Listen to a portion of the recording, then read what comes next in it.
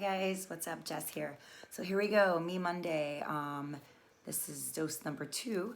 So last week, I gave you a little foundational stuff about me, and then I asked you to post some things that you wanted to know. And a lot of people wanted to know about my transition from my old job in sales and what that looked like to move into my own business in fitness. And I will talk about that next week. But this week, we are going to tackle an easier topic, which is how I met my husband. And it's still so weird to say husband because I was not sure I was gonna get one of those, and I was getting to be okay with that. So I am 36, and I've always known I wanted marriage and wanted a husband, but I also have really high standards, and I know a lot of you guys do, and I think that's great. But with that said, I always knew that I had to be the best version of myself to attract who I needed to attract. And so I met Josh, and I think timing is very important too. I met Josh when I was in fitness already, and I was in a role where I'd taken a vice president position and was opening up a gym, which actually was nearby to him. So funny enough, we met, and thank God this didn't play at the wedding. This was his big joke. We're gonna play down in the DM. I'm like, no, we're not. No, we're not. So he messaged me on my Instagram, my direct message, when he saw that I was helping open the gym next to his condo. And he messaged me and was like, hey, I see you're opening up a gym nearby. I would like to check it out. Let's grab coffee and talk about it. And so I was picking up the vibes, but mind you, this history. So we never knew each other well. I knew of him, he knew of me. This is Atlanta, everybody knows everybody. But we never had met. We both had preconceived notions of each other, and we told this story a million times because it's so rad how you grow as an adult, and it's also so rad how your perceptions and your friendships can either push you towards something or pull you away. If you're not careful, that could be good or bad. So the reason I say that is because I had heard about Josh, and I thought he was good looking. He had similar things. He worked out, he traveled. But a friend of mine, and this is why you pick your friends cautiously, she was actually talking crap about me with my husband before he was my husband, and they were like laughing about my Instagram or being ridiculous. Who knows?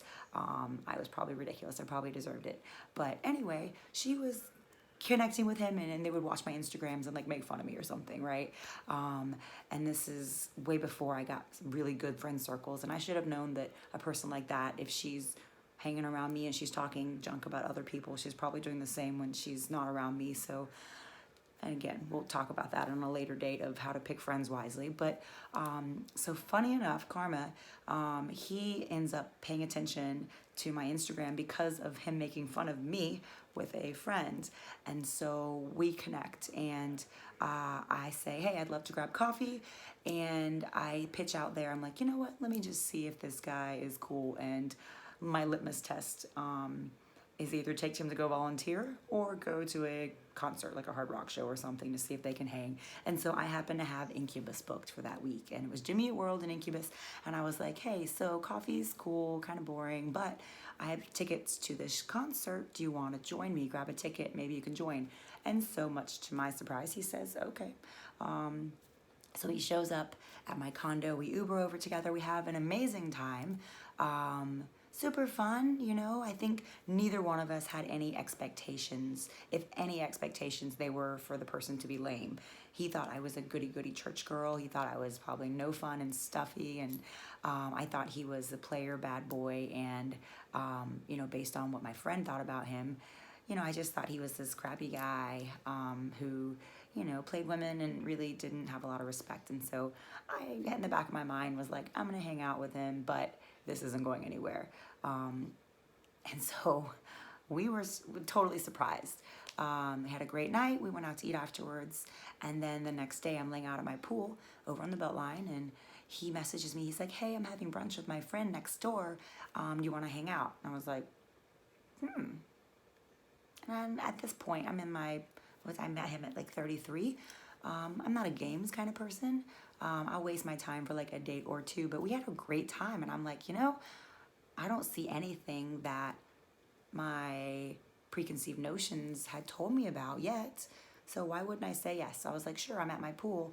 Give me 10 minutes. And so we ended up walking all through Old Fourth Ward and East Atlanta Village and Five Points, and just we spent the afternoon walking and talking. We didn't spend a dime. Well, we did grab beers, which he forgot his wallet, so I actually paid for those beers in the bar we stopped at. But we just had a great time. We stopped by not Junkman's Daughters, but the place Ragorama, and we picked each other like the ridiculous outfit ever to try on, and I like recorded it and I look back sometimes, it's amazing. And like we put on these ridiculous outfits and had so much fun, and it was just easy. And then I want to say the Albert was having a anniversary party, and we stopped by and we party crashed the party.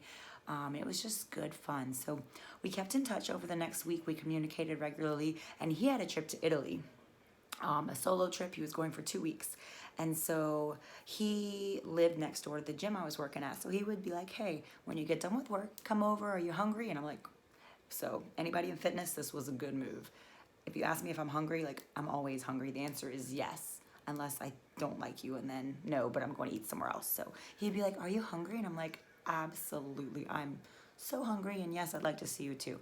And so we would grab food and we would catch up, and he wasn't sketchy at all. He never made any moves on me.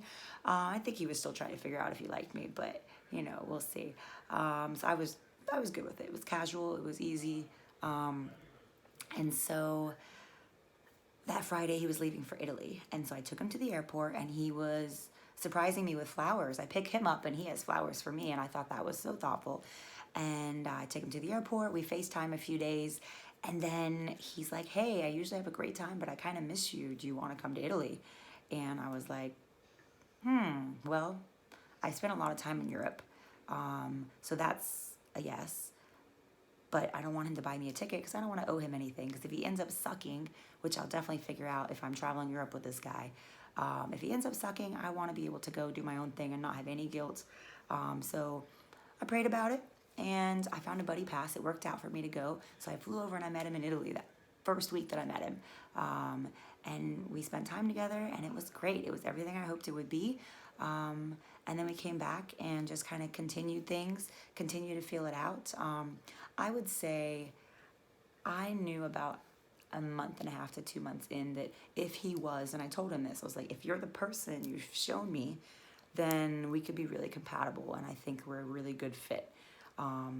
But for me, I'd been in a relationship for 4 years where I was completely deceived, and I took a year off of dating completely prior to this, and then I just casually dated / didn't make any effort for another year or two. So I'd been single about 3 years mostly, and just dated casually, maybe 2 months max at a time. And so I was really just learning to retrust my instinct, and also putting faith in God and saying, God, like, I don't want to run ahead of you. If this is a good man, but if this is not the guy I'm supposed to be with, like, show me signs, help me pull away, because I was so scared that I was going to be pulled in, especially with the reputation I thought he had. I was so scared that he was going to be charismatic and, say what I want to hear, but then be, stuck in this playboy, way. But I treaded slowly. We kept moving slowly. And we always said to each other, listen, if at any point you don't like me, or like our feelings aren't reciprocated, like, be honest, say something. I never want to be in a relationship where we're comfortable, or even worse, you are with me because you feel bad and you don't want to say that you're not wanting to be with me, So we always had really, really good communication. And it wasn't games. I think that was one of the main things, was we weren't all over each other. So like, he would text, I would text, and then if I sent one more text and I didn't get a response, I would just let it be. I wouldn't smother him and he wouldn't smother me, but we also were communicative and responsive, and we didn't play games as far as like, oh, I'm going to wait 2 days and not text her, or, the dumb stuff you do. So it was just really easy. I feel like we were both at a really mature place. We both had dated a lot. And when I say a lot, like, and this is another funny thing, he's dated so many of my friends, and most of them casually. And, people are like, well, are you okay with that? And I'm like, well, he hasn't dated any of my like best friends, but it's Atlanta. People are going to date. And I would be naive to think that him and I could live here 8-9 years each and not have crossed circles or crossed, people that we've dated. So We started having discussions about all of that. And I'm just glad he's dated, you know, because I've been the same way. I've dated a lot, which has helped me figure out what I like, what I don't like, and who I am. You know, my past relationships have helped me figure out what I need and what I definitely don't need or can't deal with. So we were both really in a place where we knew that if we found the right person, we would settle. Yeah, so months went by, it was smooth, it was good, we were having trips, we were communicating, we were growing. And then month 10, we had a trip to Paris. That's right, 10 months, you guys. So if you're dating someone, you know, never rush, never put any pressure. And there was no pressure on my end. I do not feel pressured to get married.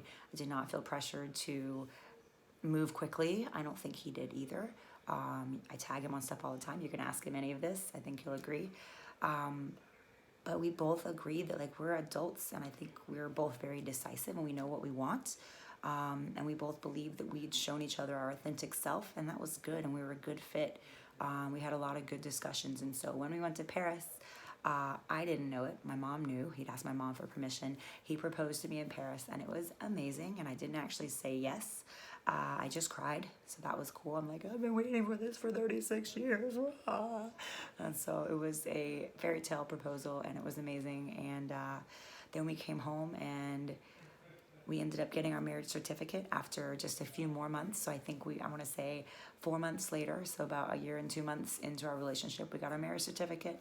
And then in December, we went and did our ceremony and did a 3-week honeymoon all through Asia. And then we came back and we had a party this January so our friends and family could celebrate with us and have some fun ceremonial stuff like throwing the bouquet and having a first dance and a first look. And it was perfect.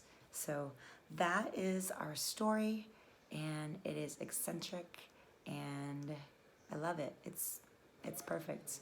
I can't say that I would ever be able to have guessed in a million years that I would be in this place. And I lastly, I want to tell you one thing, and one of my best girlfriends, she actually read this list at my wedding reception, and I was kind of mortified because it was super private, but it's out there now.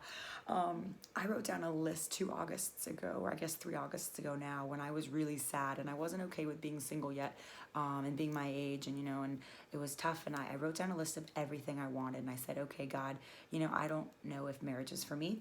And a lot of days I'm not cool with being single, and it sucks. And I just prayed that God would build my friendships, and he did, and help me be okay with being single, and he did. And I was in a place when I met Josh where I was happily single. I moved to the Beltline. I wasn't looking for a man. I certainly wasn't looking for a husband.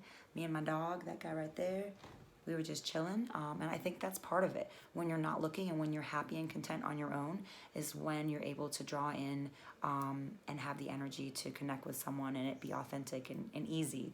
But I made a list, and I said, you know what, I may as well throw it all out there, be super specific. And I wrote down 2 pages of stuff that I wanted and a handful of things that were deal breakers.